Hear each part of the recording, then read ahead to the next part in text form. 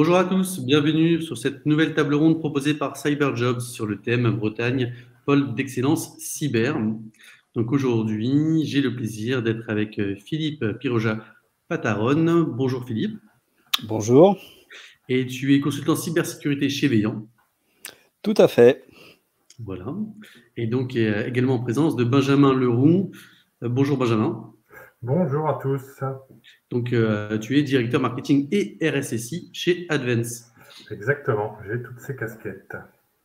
Très bien. Donc, je suis Richie Cohen, cofondateur de CyberJobs et j'ai le plaisir d'animer cette table ronde. Et d'ailleurs, on va commencer avec Philippe, puisque Philippe, alors Veillant a été créé il y a 5 ans. C'est ça. Vous êtes 8 collaborateurs aujourd'hui avec une agence en Bretagne. Et ma première question, forcément, c'est pourquoi avoir choisi la Bretagne? Mais c'est une question qui ne devrait même pas se poser. Aujourd'hui, pourquoi la Bretagne? Parce que c'est là où il fait bon vivre. Donc, d'abord parce que j'y vis, tout simplement. C'est un choix personnel. Moi, je suis un ancien Parisien, au secours. Donc, effectivement, j'ai décidé de venir vivre en Bretagne pour effectivement sa qualité de vie. Et on verra qu'effectivement, j'allais dire, j'ai 3 réponses à votre question. C'est d'abord parce que c'est une très belle région et qu'il y fait bon vivre. Et puis derrière, effectivement, il y a un écosystème qui est très favorable dans notre métier. Donc aujourd'hui, sur la partie cybersécurité, on voit qu'aujourd'hui, la Bretagne est devenue un pôle de cyber-excellence. On voit le campus à Rennes, un campus cyber, etc. Donc aujourd'hui, on a des écoles, on a des formations assez précises. On a une CBS à Vannes, etc. Donc effectivement, il y a beaucoup de formations sur les thèmes de la cybersécurité. Et puis, on a aussi une région qui a en plus de cette thématique de sécurité, en fait, on a un développement avec des partenariats, donc avec la ville de Vannes, avec Bretagne Développement Innovation, etc. Donc tout cet écosystème nous aide beaucoup, effectivement, dans nos démarches. D'accord, d'accord.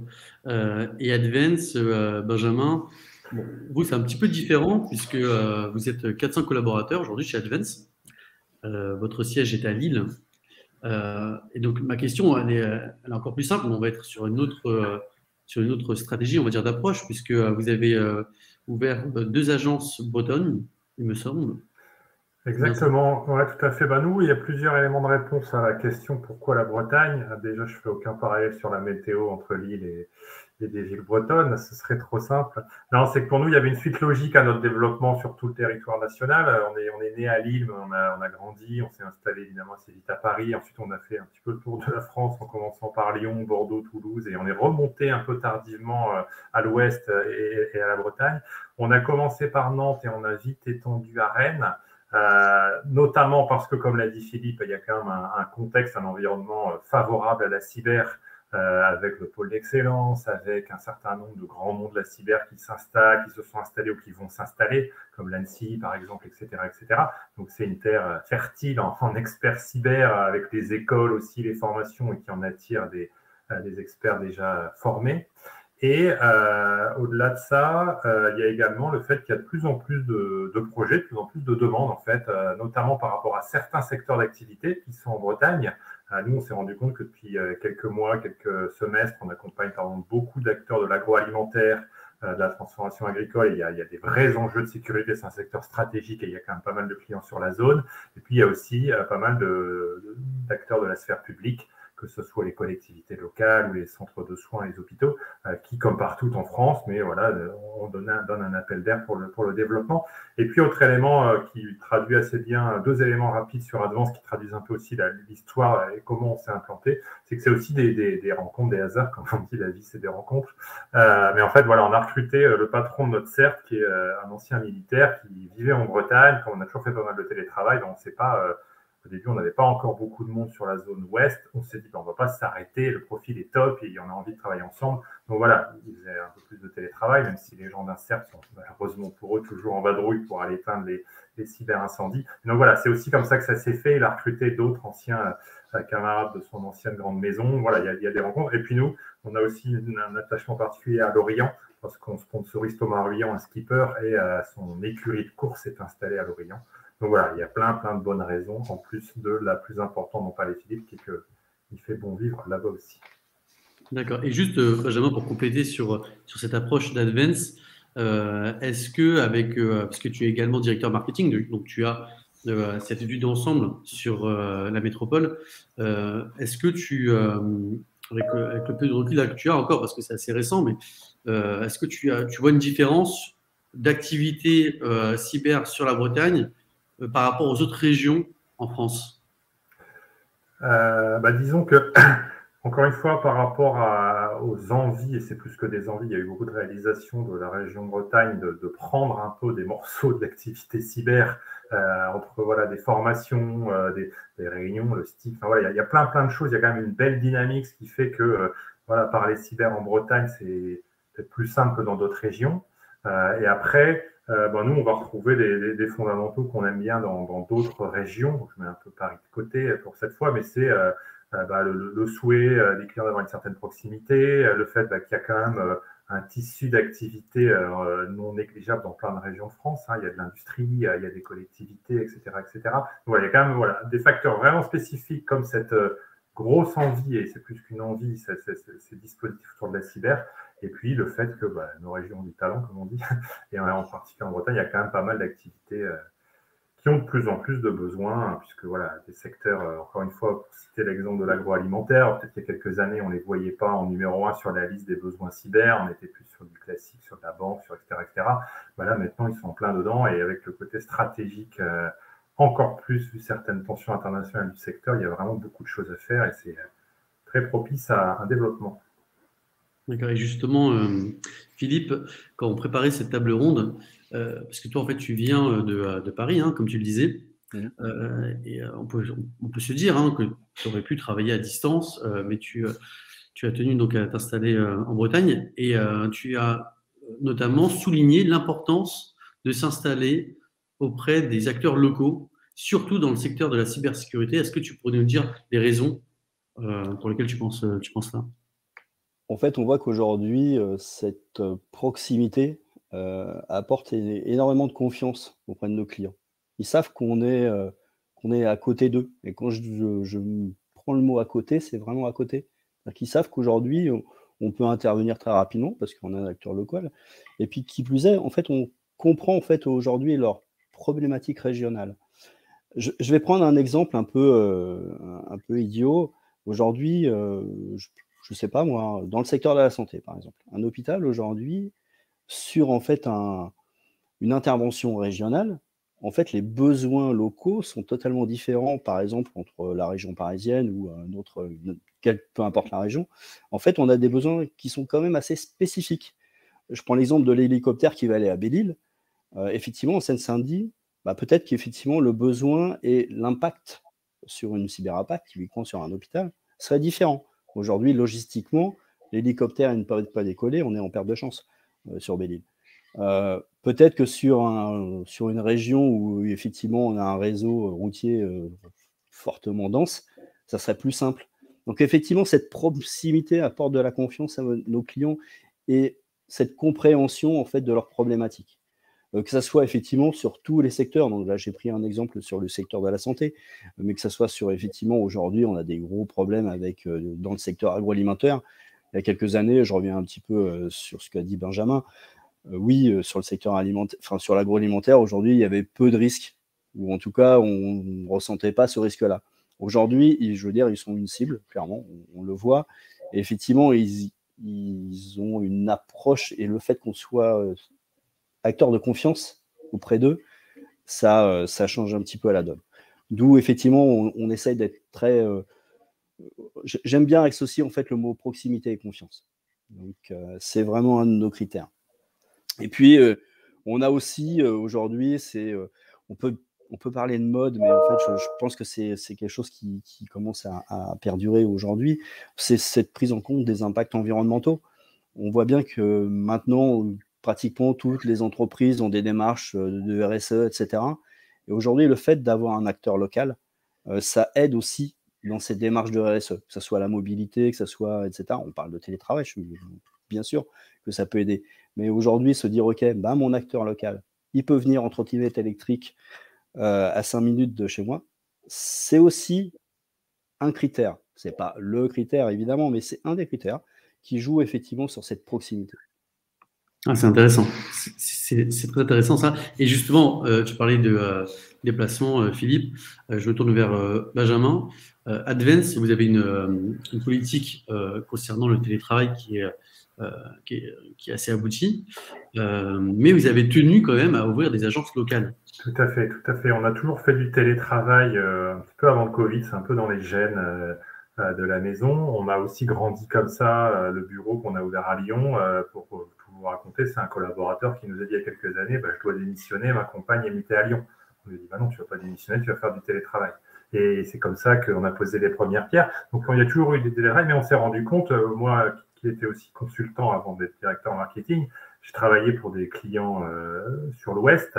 Alors, ça se passait bien, on allait les voir régulièrement, mais voilà, il y a quand même des missions, il y a quand même des sujets où il faut une proximité régulière.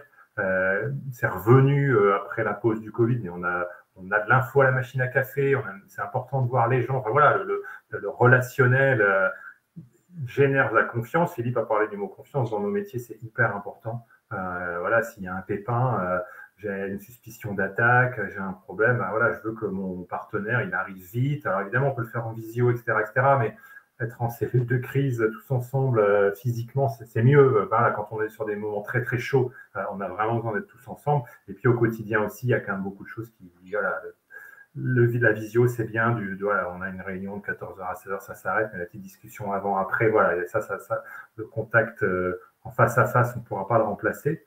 Et autre point sur lequel je voulais également rebondir, c'est que l'aspiration sur la proximité, l'aspiration environnementale, sur la qualité de vie, oui, il y a des attentes de la part des clients, mais il y a aussi beaucoup d'attentes de la part des collaborateurs.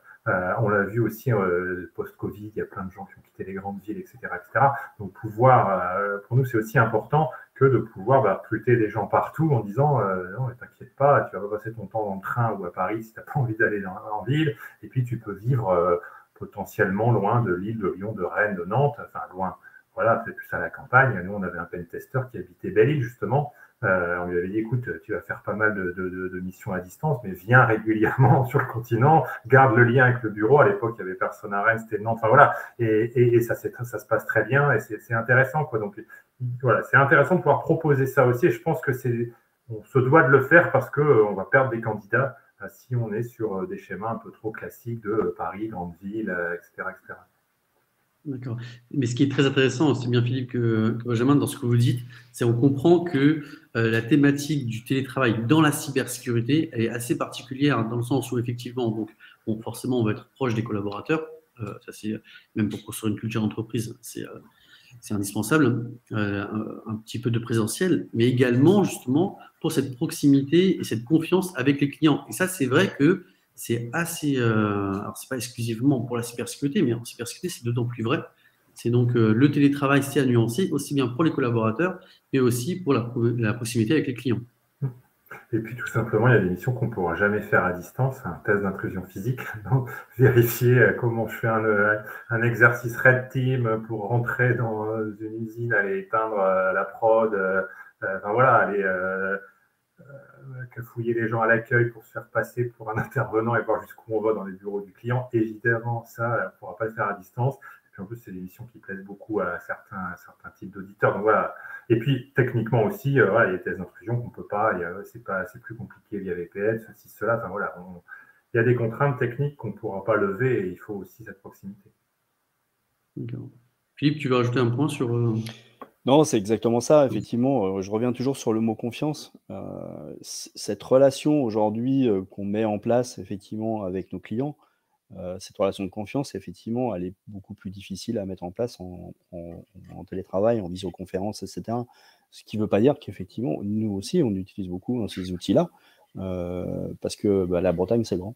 Donc effectivement, quand on intervient de Vannes à Brest, pour des missions qui ne redemandent pas, encore une fois, du présentiel obligatoirement, oui, on utilise aussi ces outils-là, hein, bien évidemment.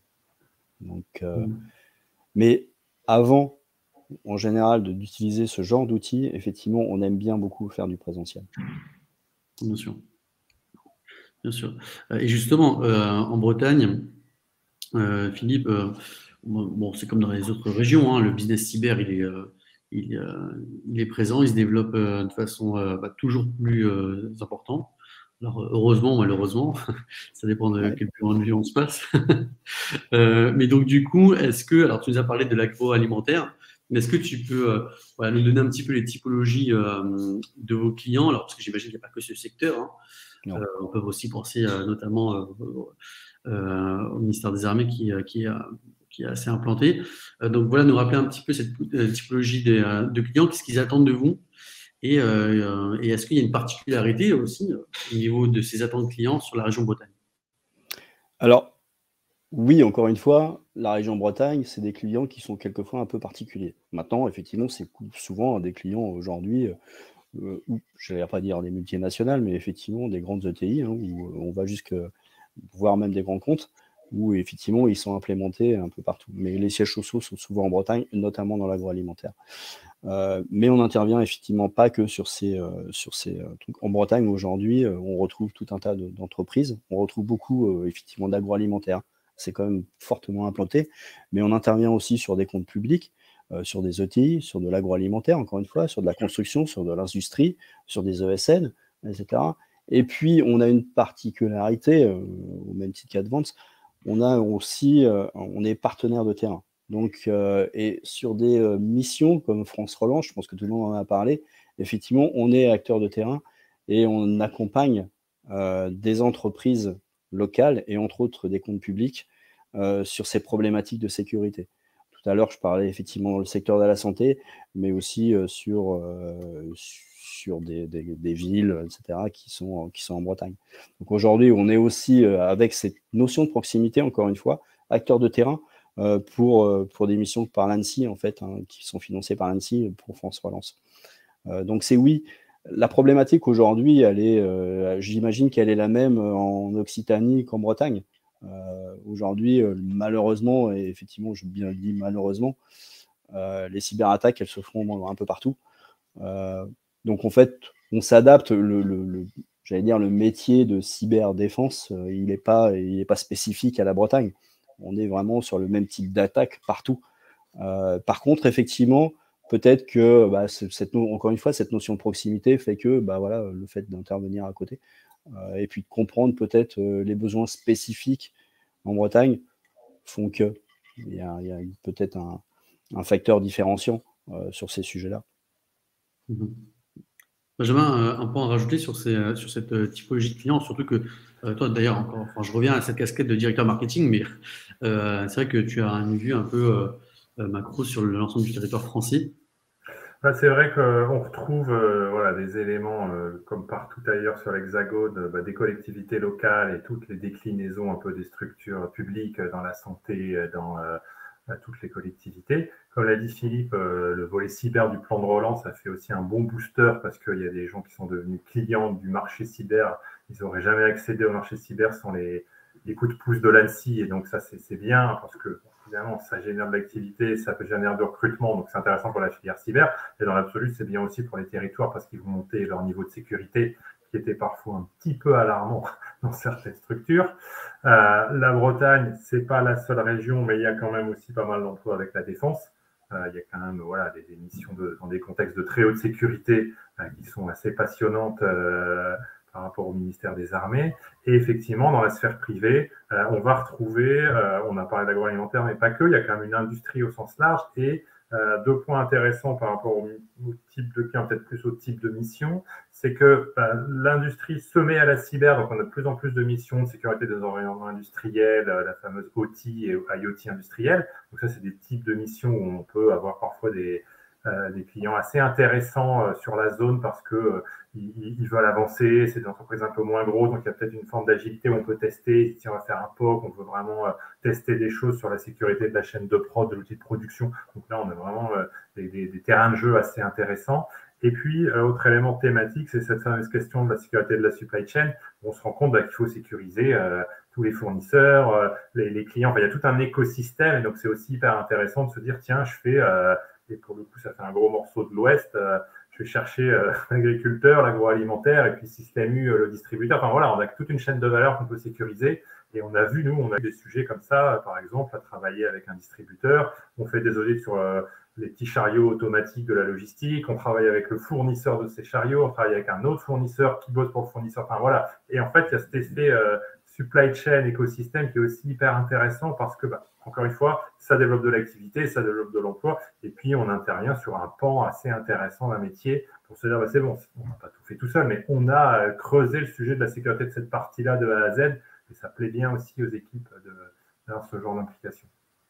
Oui, et quand on a préparé cette table ronde ensemble, hein, Philippe, Benjamin, ce qui en est ressorti, ce qui m'a énormément étonné, c'est que genre justement, il y a eu ce plan France Relance, ça a augmenté encore l'activité cyber et donc le nombre de vos clients, même si vous me disiez que même sans France Relance, il y avait déjà pas mal de business qui étaient déjà en cours et même à fort potentiel. Mais si on se place d'un autre point de vue, concrètement, les clients sont là, les besoins sont là, mais on lève, alors peut-être, vous m'arrêtez si je vais un peu trop loin, mais on lève un petit peu le pied sur le côté commercial parce qu'on n'arrive pas à répondre à la demande et on n'arrive pas à répondre à la demande parce qu'il manque des talents, concrètement. Alors juste déjà pour Veillant, Philippe, alors tu me disais que notamment pour attirer les talents, vous alliez chercher les candidats directement entre guillemets à la source, notamment avec l'NCBS, une école en cybersécurité en Bretagne. Est-ce que tu peux m'en dire plus sur justement comment vous attirez vos talents aujourd'hui?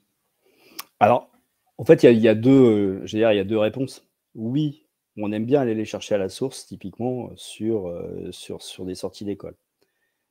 Ça a un avantage, c'est qu'effectivement, on essaie de le récupérer directement.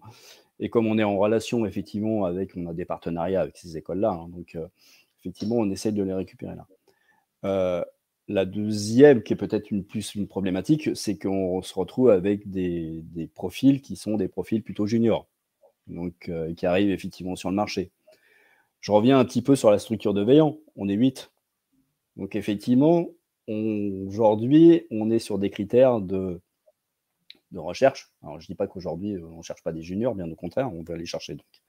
Mais aussi, on cherche cette fameuse polyvalence. C'est-à-dire qu'aujourd'hui, avec des personnes qui soient assez polyvalentes sur les différents sujets, parce qu'effectivement, à un moment donné, on va peut-être faire de la sécurité offensive. Le lendemain, on va faire de la gouvernance. Le troisième jour, on va faire une analyse de risque. Et tout ça, effectivement, ça demande une certaine polyvalence et effectivement des exigences qui sont très très larges. Donc, d'où l'idée, hein, effectivement, c'est pour ça qu'on est là. Hein. Donc, on recherche effectivement des talents. Donc, on recherche des talents qui sont à la fois des talents juniors parce qu'on va les accompagner, on va les emmener. Et on cherche aussi des talents qui sont déjà confirmés parce que effectivement, et c'est là toute la problématique, parce qu'effectivement, on arrive directement ils arrivent directement avec une polyvalence et que c'est déjà beaucoup plus simple. C'est aujourd'hui notre grosse problématique, clairement. Donc, alors, l'avantage, c'est que ces juniors, effectivement, on peut les accompagner. Effectivement, j'allais dire, on peut pas les formater parce que c'est vraiment pas l'idée. Mais voilà, ça nous permet effectivement de les emmener là où on veut les emmener. Donc, on travaille effectivement sur des parties qui sont très techniques, il ne faut pas se leurrer, c'est un métier technique, mais aussi on les forme effectivement sur beaucoup d'autres choses, sur des aspects politiques, c'est-à-dire sur des aspects rédactionnels qui souvent ne sont pas toujours dans les grands cursus techniques en termes de cyberdéfense. On les amène sur autre chose. Écris-moi, fais-moi du rédactionnel sur une politique de sécurité. Ah oui, c'est différent. C'est du rédactionnel. Et là, quelquefois, effectivement, il faut effectivement les emmener. Donc, c'est aussi c'est une problématique d'être peut-être 8, mais en même temps, c'est aussi cet avantage. C'est-à-dire qu'on va chercher quelque chose qui, avec des gens où on va leur donner beaucoup d'autonomie et puis beaucoup de polyvalence, et en même temps, on va les accompagner. Et alors justement, côté Advance, puisque Philippe, tu as insisté sur le fait que vous étiez que 8. Alors Advance, c'est une maison un peu plus grande. Quand vous ouvrez de nouvelles agences dans des régions où historiquement vous n'y étiez pas, donc on imagine que avant de réfléchir point de vue business, on va se dire mais comment on va faire pour avoir nos équipes sur place, comment les recruter. Donc aujourd'hui, la question extrêmement simple que je vais te poser, c'est comment vous faites pour attirer vos talents? Alors, comment on fait? Déjà, il y a jamais négliger la chance, même si on ne mise pas tout sur la chance, mais c'est qu'en fait, il y a aussi des gens en interne qui ont envie de bouger. On a une taille maintenant qui permet d'avoir de la mobilité interne. Donc voilà, demain, on dit on va ouvrir à Franche-Comté ou l'Auvergne, il y a peut-être des tas de gens qui ont envie d'aller là-bas, ils ont des attaches familiales, des projets, etc. Donc il y a eu des mouvements de gens qui étaient à Lille, Paris ou ailleurs, vers la Bretagne, vers l'Ouest. Donc ça, c'est intéressant. Après, en mettant ça de côté, parce que ça ne marche pas à tous les coups, hein, ça peut servir pour amorcer, on va dire, créer un bureau, mais ça ne marche pas à tous les coups. Les éléments qu'on met en avant, il y a deux grands arguments, on va dire, dans le discours d'Advance en tant qu'employeur. Le premier, c'est de pouvoir essayer de proposer, c'est pas du tout un jugement de valeur sur les autres, c'est trouver toujours les meilleures missions en matière de cyber. La cyber, c'est hyper riche, il y a plein de domaines, il y a plein de sujets, il faut essayer de trouver des sujets passionnants. Parce que voilà, on veut des passionnés, on veut des gens qui ont envie de se casser la tête sur comment je sécurise un nouvel environnement. On parlait d'environnement industriel, mais ça peut être aussi les environnements cloud, des nouvelles techno, etc., des nouvelles approches, parce que sur des profils peut-être moins techniques, plus conformité juridique, je veux maîtriser tel référentiel. Enfin, voilà, c'est vraiment de se dire qu'on fait beaucoup de sujets dans la cyber. La cyber, c'est un gros mot, entre guillemets, il y a plein, c'est une discipline très large. Et puis nous, on a aussi pas mal d'éléments propres à notre projet d'entreprise. On a la chance d'avoir atteint une taille où on a pu s'impliquer dans des projets qui vont bien au-delà de la cyber. Je parlais tout à l'heure de notre sponsoring dans le monde de la voile avec Thomas Rullian. Ça, c'était une des premières marches qu'on a grimpées. Et depuis l'année dernière, on a créé un fonds de dotation qui est directement nourri de la valeur financière de l'entreprise et qui, en fait, a vocation à lancer des projets, justement, qui ne sont pas du tout business. Ce n'est pas du tout une démarche commerciale, mais c'est des projets qu'on appelle les projets à impact pour essayer d'avoir un apport au-delà de l'apport purement économique. Donc, il y a des choses pas du tout liées, on va dire, à la cyber. Le bateau sur lequel navigue Thomas Rullian, d'ailleurs, en ce moment, ils font le défi Azimut à Lorient. Il était encore cet après-midi sur l'eau. C'est un bateau, on a offert le nom à Linked Out, qui est une initiative de retour à l'emploi pour aider des gens en grande précarité. Ça n'a rien à voir avec la cyber, mais ça a permis à des gens de coacher des candidats, de les aider à faire un CV, les aider à passer des entretiens. Et il y a des gens chez nous qui s'y sont retrouvés. Il y en a même des gens qui ont connu Linked Out avant de connaître Advance et qui ont postulé chez nous, parce qu'ils sont découverts. Voilà. Et après, on a d'autres projets qui sont en cours de lancement, notamment sur des dispositifs de réinsertion, d'intégration par la cyber. Là, pour le coup, on rejoint un petit peu les deux mondes. On manque cruellement de talent, ça tout le marché le dira partout dans le monde. Et donc, on essaye notamment avec Simplon et avec un gros partenaire qui est Microsoft de lancer une promo de gens justement qu'on va accompagner pour ensuite faire des alternances sur des métiers assez précis. Évidemment, on ne peut pas avoir la prétention de dire quelqu'un qui est un petit peu en galère, qui n'a pas fait trop d'études, qui n'a pas devenir expert cyber en 6 mois. Hein. Mais le but, c'est d'essayer d'accompagner les gens sur des jobs assez précis, d'administrateurs, d'analystes, etc., sur des cadres bien définis. Et c'est des choses aussi sur lesquelles les collaborateurs peuvent s'impliquer pour donner des cours, pour intervenir. Donc voilà, c'est toute cette notion d'engagement qui pour nous est hyper importante et qui est un peu liée aussi quand même. On est engagé pour protéger les clients, on est quand même des défenseurs face aux méchants. On essaie aussi d'avoir de l'engagement dans d'autres domaines au-delà de la cyber. On travaille aussi sur il y a pas mal de réflexions sur la transition agricole, sur la protection de l'environnement.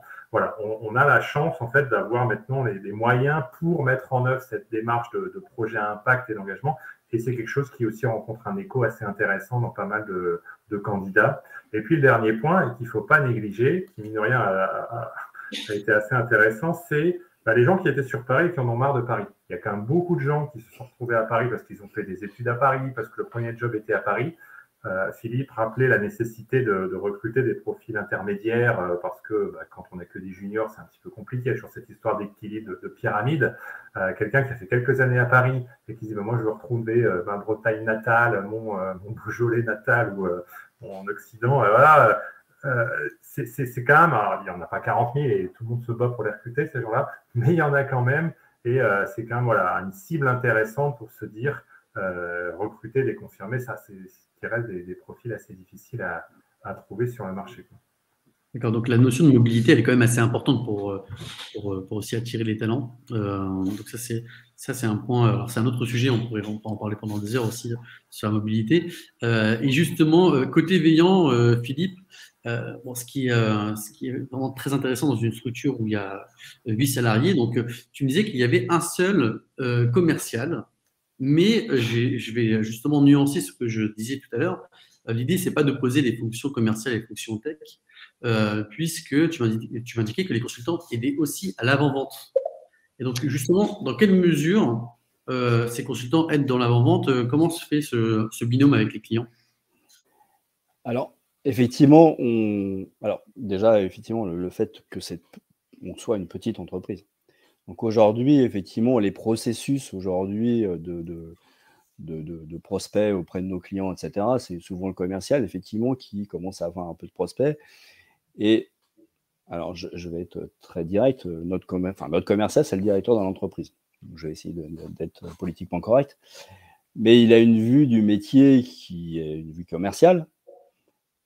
Et tout à l'heure, je parlais de confiance et de proximité auprès de nos clients. Effectivement, il n'a pas toujours la vision de ce et encore une fois, de la différence de nos clients. C'est-à-dire qu'il y a toujours des facteurs différenciants. Que ce soit un agro, je ne sais pas moi, dans le poisson et un agro dans les crêpes, ils ont des facteurs différenciants. Et en fait, le fait que nous, derrière, on arrive avec un discours que peut-être, effectivement, le client comprendra mieux qu'un discours commercial, c'est peut-être ce facteur différenciant qui fait qu'il commence à prendre confiance. Aujourd'hui, souvent, les avant-ventes, quand on fait de l'avant-vente, c'est souvent derrière, on sait qu'on va prendre cette mission-là derrière.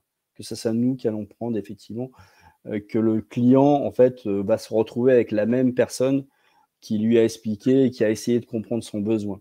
Le commercial, effectivement, il va être là pour nous accompagner sur toute la partie commerciale. Et en fait, vu la taille de l'entreprise, évidemment, notre commercial, il connaît un petit peu le monde de la cyber. Et c'est tant mieux. Et il est un petit peu ingénieur technique quand même également.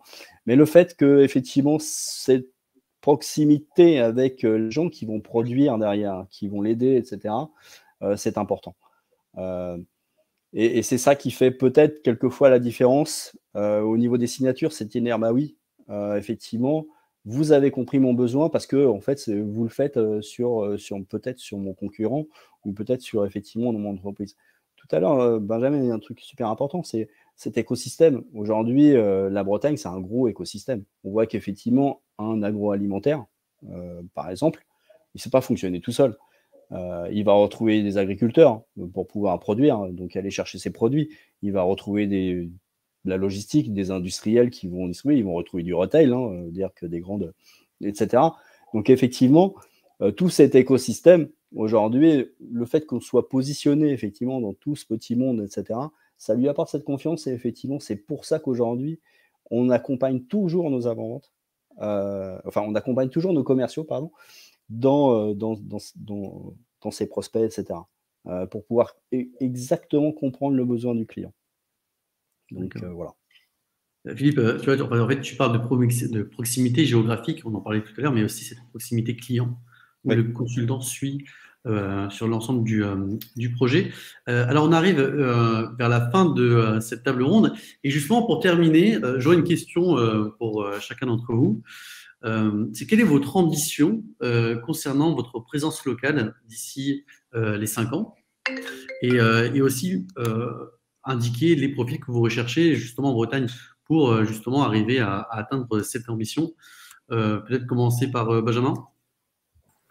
Merci. Alors, alors j'avoue que l'ambition, je ne saurais la chiffrer, mais voilà, on a un beau développement. Advance, c'est une croissance de 30% par an depuis pas mal d'années et on n'a pas envie que ça s'arrête là. Donc, on va continuer à étoffer les bureaux de Nantes et de Rennes et peut-être en ouvrir d'autres. Je parlais de la voile, il y a la base de l'écurie de course de Thomas Orient qui est à Lorient. Peut-être qu'un jour, il y aura des consultants cyber à Lorient parce qu'il y aura une spécificité pour sécuriser des jolis voiliers ou des acteurs locaux. Donc, on va continuer à se développer sur la région. En termes de postes ouverts, on a la chance de recruter un peu en permanence sur pas mal des métiers, un peu des fondamentaux de la cyber. Le consultant qui a une approche plutôt GRC, l'auditeur, que ce soit l'auditeur conformité ou l'auditeur technique, le pen tester, les analystes SOC, les chefs de projet, etc. etc. En fait, on a la chance d'en recruter un peu toute l'année et potentiellement un peu partout. Donc ça, voilà, c'est assez simple, entre guillemets. Si vous avez envie de bosser dans la cyber, vous pouvez nous faire signe. Et puis, avec le développement du bureau, il y aura une structuration avec un petit peu après, avec des histoires de paliers, des forces commerciales et un peu de fonction support, etc. etc. Mais donc, voilà, l'urgence, entre guillemets, c'est pas vraiment le bon terme, mais les priorités, c'est des profils cyber avec différents degrés de seniorité. On a aussi la capacité, voilà, de parler de l'importance d'accompagner les juniors. Voilà, il y a toute la structure qui le permet. Okay. Et petite parenthèse, on se lance, on organise notre premier événement technique, une conférence technique à Rennes qui s'appelle Advance, début octobre, avec une journée de conférence. Et le soir, c'est un CTF pour les joueurs, mais bon, c'est quand même un jeu particulier, un CTF. Donc voilà, ça se passe à Rennes. C'est la première fois qu'Advance fait une conférence technique organisée de A à Z par Advance.